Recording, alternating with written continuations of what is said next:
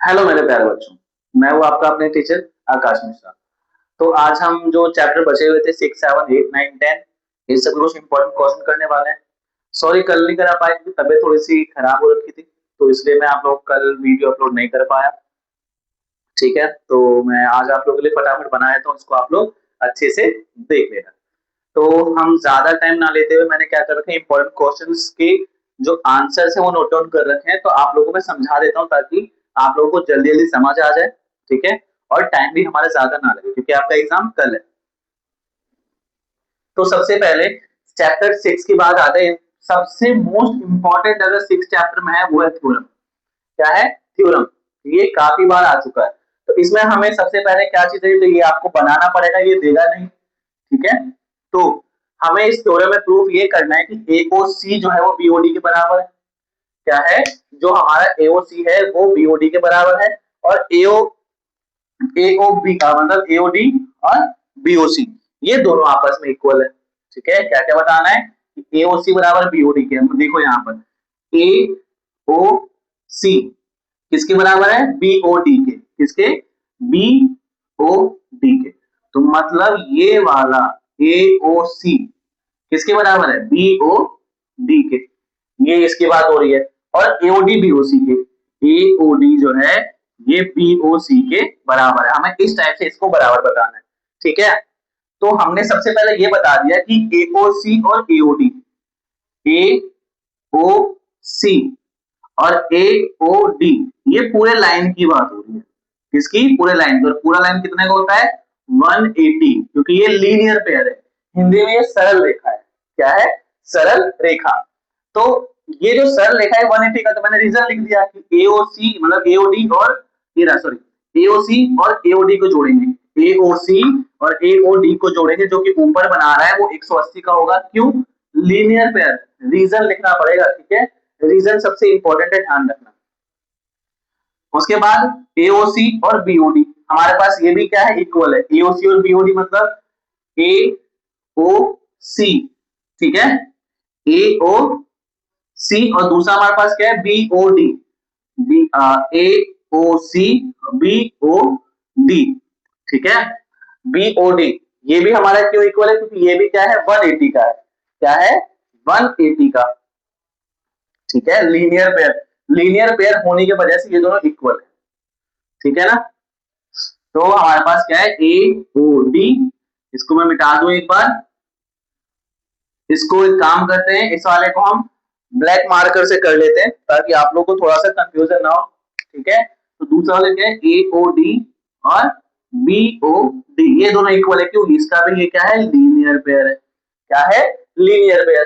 तो ये भी क्या है हमारे पास? 180। ठीक है, तो हमने प्रूफ कर दिया equation 1 and 2 we prove that AOC plus AOD बराबर है किसके? एओडी प्लस बीओडी के।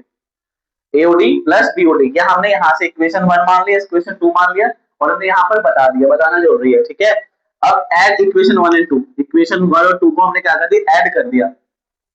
तो ऐड करें, सिर्फ एबीसीडी ऐड करके हम लोग क्या करते हैं? एओसी प्लस एओडी लिख दिया। एओसी एओडी प्लस एओडी और बीओडी यहाँ पर लिख दिया। एओडी से एओडी कट गया, सेम जो है वो कट गया, बचा क्या? एओसी और बीओडी।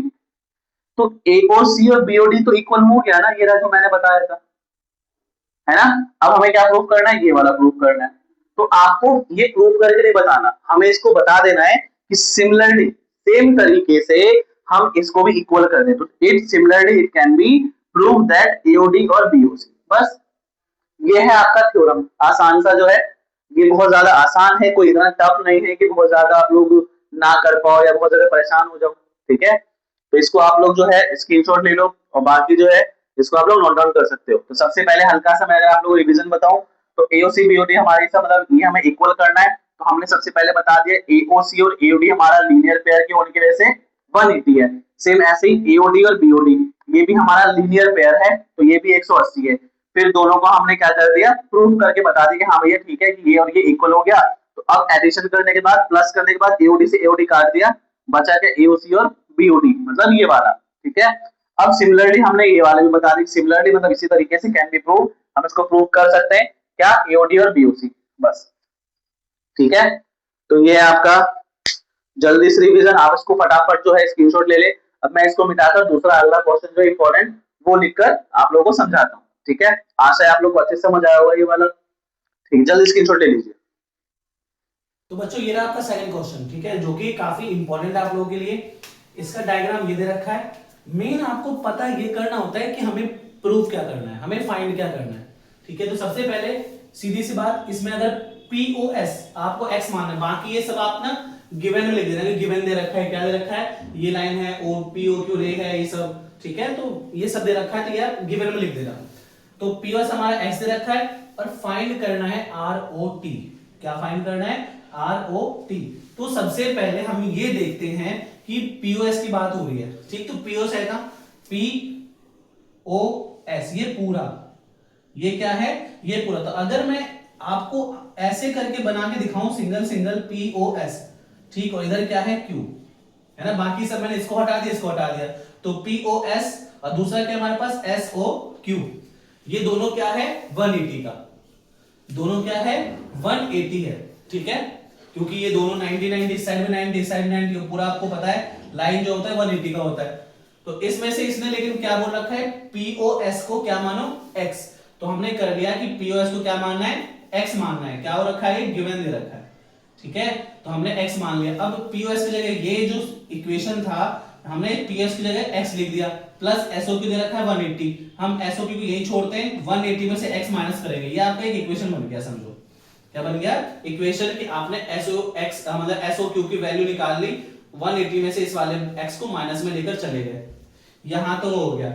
अब हम यहां से ये करते हैं, तो हमने अभी SOQ फाइंड किया, एक एक करके करेंगे, ठीक है। अब जो हमारे पास OR बाइसेक्ट कर रहा है POS को, ध्यान रखना ये बात, जो OR है, क्या है OR, ये रहा OR, ये बाइसेक्ट कर रहा है। क्या कर रहा है, बाइसेक्ट मतलब काट रहा है, बीच से बांट रहा है, किसको, POS को।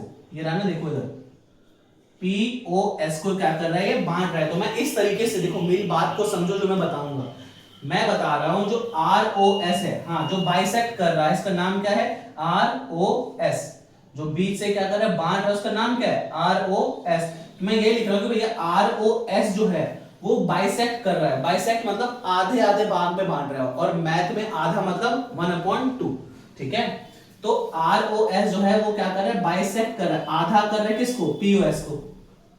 ROS क्या कर रहा है, आधा, किसको, POS को, है ना। ये जो POS है, POS इसको आधा कर रहा है। तो आधा मतलब इक्वेशन लिख दिया 1/2, मैथ में आधा मतलब 1/2, तो हमने लिख दिया यहां पर, ठीक है। तो हमें क्या करना है, हमने सबसे पहले POS को क्या मान रखा है, हमने POS को यहां पर माना था x, तो हमने 1/2 मल्टीप्लाई POS को क्या लिख दिया, हमने POS को लिख दिया x, ठीक है। और 1 को मल्टीप्लाई करेंगे x से, तो 1x दा, तो वही x1 से x हो गया, मतलब x आ गया, और अपॉन में 2, तो ROS हमारे पास क्या हो गया, x/2। ROS हमारे पास क्या हो गया, x/2। अब हम SOT की बात करते हैं, किसकी बात करते हैं, SOT की। क्यों SOT की बात करेंगे, क्योंकि देखो हमने POS की बात कर ली, हमने ये ROS की बात कर ली, अब बचा SOT। क्या बचा है, SOT। तो अब SOT भी किसी न किसी को बाइसेक्ट कर रहा है। क्या कर रहा है, बाइसेक्ट, काट रहा है। क्या काट रहा है, देखो यहां पर SOT किसको काट रहा है, ध्यान रखना। तो ये हमारा क्या है, यहां पर Q, तो POS के बीच से जा रहा है SO और T। तो हाँ ये रहा, सॉरी, ये जो हमारे पास क्या है, ये वाला, इसका नाम SOT। तो ये क्या कर रहा है, हमारे पास POS को, ठीक, POS को, जो सॉरी POS कह रहा हूं मैं, SOQ को, किसको, SOQ। इस तरीके से हम लिख देते हैं कि SOT और Q। तो SOQ को ये आधे भाग में बांट रहा है कौन, T वाली जो लाइन है, लेकिन इसको हम पूरा नाम लिखते हैं, तो हमने यहां पर लिख दिया कि SOT क्या कर रहा है, आधा कर रहा है। क्या कर रहा है, SOT आधा कर रहा है, किसको कर रहा है, SOQ को, किसको, SOQ को। क्या कर रहा है, SOQ को, मतलब SOQ को आधे आधे भाग में बांट रहा है। तो लिख दिया हमने कि आधे भाग में किसको बांट रहा है, SOQ को, किसको, SOQ को। बस अब 1/2, और SOQ आपका आ रखा है, कहां से आया था, यहां से, जब हमने इसको x माना था उधर लेके चले गए, तो हमने इसको लिख दिया कि SOQ की जगह 180 माइनस x। अब 2 से इसको काट देते, 90 बार में कट जाएगा, बचा क्या आपका केवल, अब देखो 90 1 जा 90, 90 1 जा 90 यहां पर आपका रह गया, ठीक है। लेकिन एक बात ध्यान रखना, अब हम आप बोलोगे सर आपने तो काट दिया, तो फिर ये 2 क्यों बचा? ये 2 इसलिए बचा क्योंकि ये जो 2 है ये इसके नीचे भी है और इसके नीचे भी है, लेकिन 180 के नीचे वाला मैंने काट दिया, बच गया 90। लेकिन इसके नीचे से कैसे काटेंगे, तो ये वाला रहने दिया माइनस में x अपॉन में 2, क्योंकि यहां देखो एक बार हल्का सा, क्योंकि हम क्या करेंगे पहले 1 को मल्टीप्लाई करेंगे 180 माइनस x से, और इसके नीचे क्या है 1 के नीचे 2 है, तो पहले आपको मल्टीप्लाई करना पड़ेगा 1 से, तो 180 माइनस x हो जाएगा बटे में 2, तो ये इसके नीचे भी होता है और इसके नीचे भी होता है 2, तो इसको तो काट देंगे लेकिन ये वाला बच जाएगा, ठीक है ना, ये वाला क्या हो जाएगा आपका बच जाएगा, तो इसलिए क्या लिख दिया 90 माइनस एक्स अपॉन 2। बस अब आपको आर ओ टी निकालना है, क्या निकालना है आर ओ टी, क्योंकि बोल ही रखा है ना आर ओ टी निकालो, हमने सब कुछ अपने तरीके से फाइंड कर दिया, हमने ये लाइन बता दी, ये लाइन बता दी, ये लाइन बता दिया, अब कुछ बचे तो हम आर ओ टी निकाल देते। तो आर ओ टी क्या है, तो ध्यान रखना आर ओ टी में 2 चीजें आ रही हैं, एक तो आर ओ टी है कहां पर ये देख लो, R O T, R O T, इसमें 2 चीजें आ रही है, एक तो आ रहा है आर ओ एस, एक आ रहा है एस ओ टी, है ना। आर ओ टी में ये 2 एंगल आ रहे हैं, एक तो आर ओ एस और एक एस ओ टी, तो लिख दिया मैंने आर ओ एस और S O T. R O S हमने निकाल लिया था एक्स अपॉन 2 ये रहा, और एस ओ टी अभी हमने निकाल लिया 90 माइनस एक्स अपॉन 2।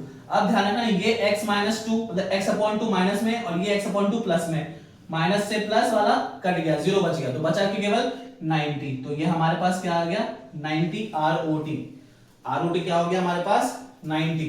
तो ये है आपका जो ये थ्योरम ही है, ठीक है, ये आपका क्वेश्चन है इंपॉर्टेंट सा, ठीक है, तो ध्यान रखना बहुत ज्यादा इंपॉर्टेंट है ये वाला थ्योरम के अगला क्वेश्चन है ये, काफी इंपॉर्टेंट है आप लोगों के लिए।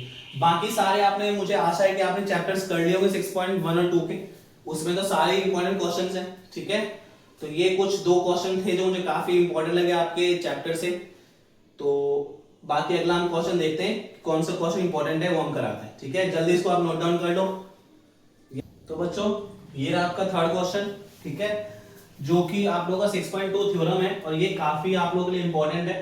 तो आपको इसने दे के रखा है, मतलब क्या प्रूव करने को बोला है, इसने बोला है कि आप ये बताओ ये दोनों लाइन पैरेलल होनी चाहिए, क्या होनी चाहिए पैरेलल होनी चाहिए, समांतर होनी चाहिए। क्वेश्चन के जो है ये आपको थ्योरम इसमें डायग्राम दे रखा है। तो सबसे पहले हमें इस टाइप का क्वेश्चन अगर आपको दे रखा है और आपको पैरेलल करना है, रट लेना दिमाग में कि अगर ये क्वेश्चन आ गया और आपको बोला है 2 लाइन पैरेलल करने हैं, बराबर करने हैं, तो आपको बीच से एक रेखा खींचनी पड़ेगी ताकि हम इक्वल कर सके। तो मैंने यहाँ पर रेखा खींच दी है, पहले लाइन से रेखा खींच दी है, उसका नाम ए और बी रख दिया, ठीक है।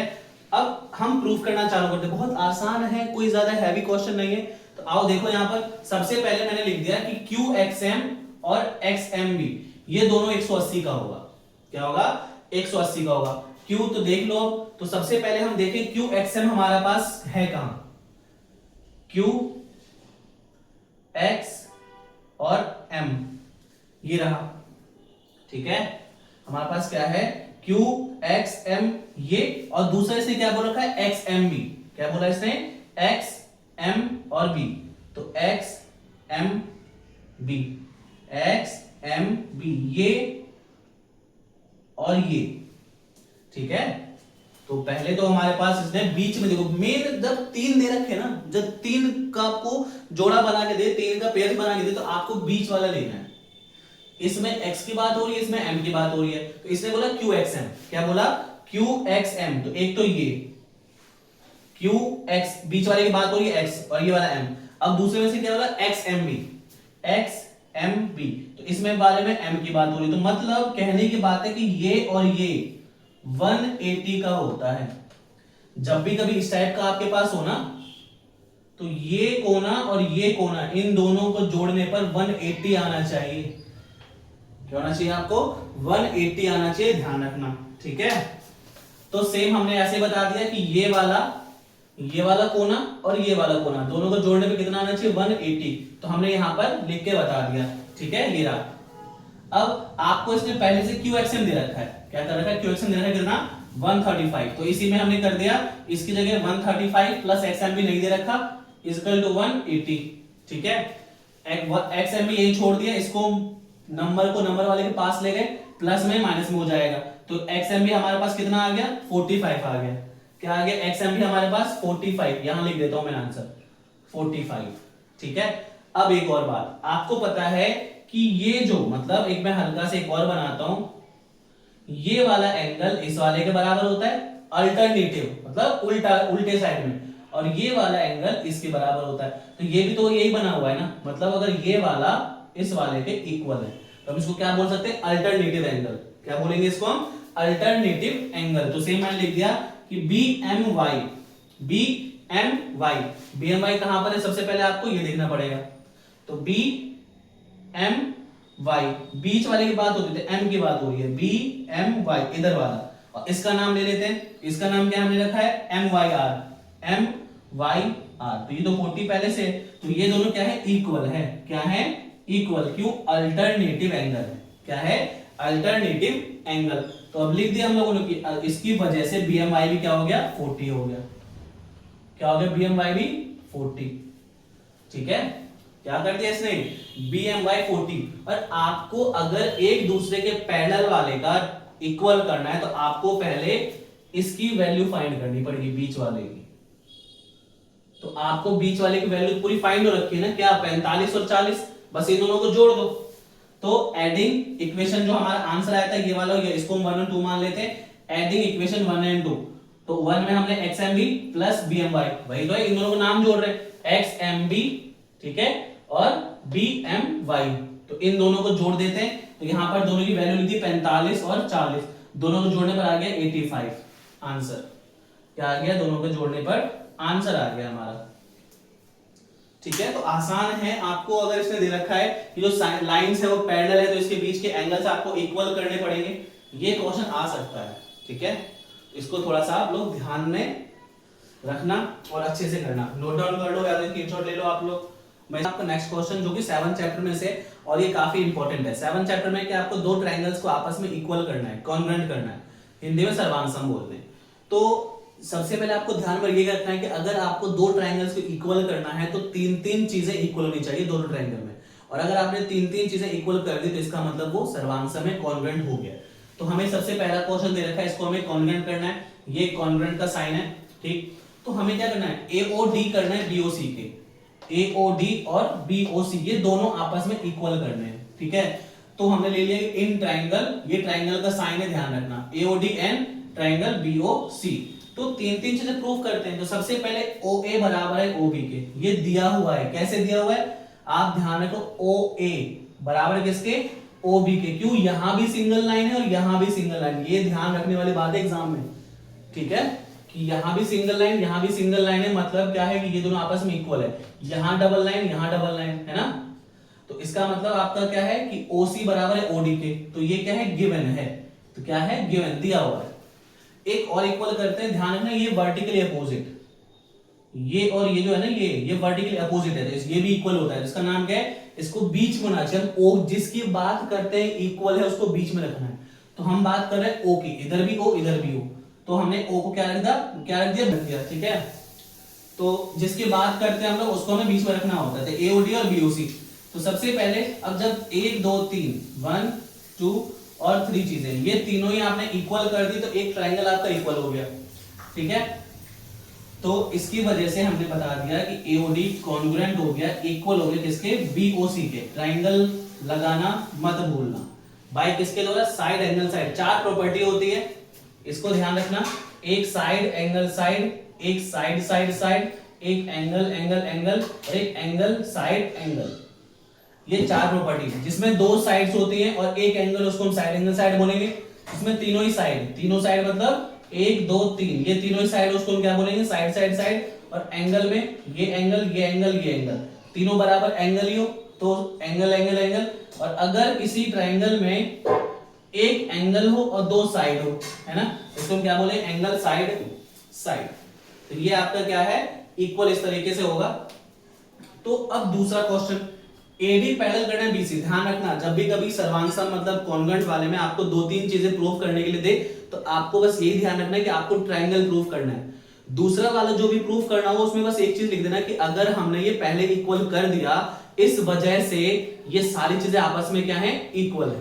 ठीक है, तो हमने वही लिख दिया कि कॉन्ग्रुएंट ट्रायंगल में, इक्वल ट्रायंगल में जो हमने बताया कि एओडी कॉन्ग्रुएंट है बीओसी के, so the other corresponding angles और लाइंस आल्सो इक्वल, कि उसके जो सारे एंगल्स होते हैं और लाइंस होते हैं खुद ही इक्वल हो जाते हैं। So that's why AD parallel हो गया BC, we prove that answer.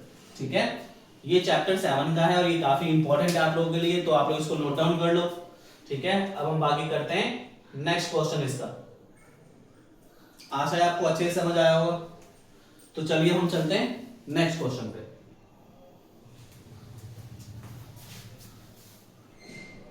बच्चों ये रहा आपका नेक्स्ट क्वेश्चन, ठीक है, जो कि काफी इंपॉर्टेंट है ये भी।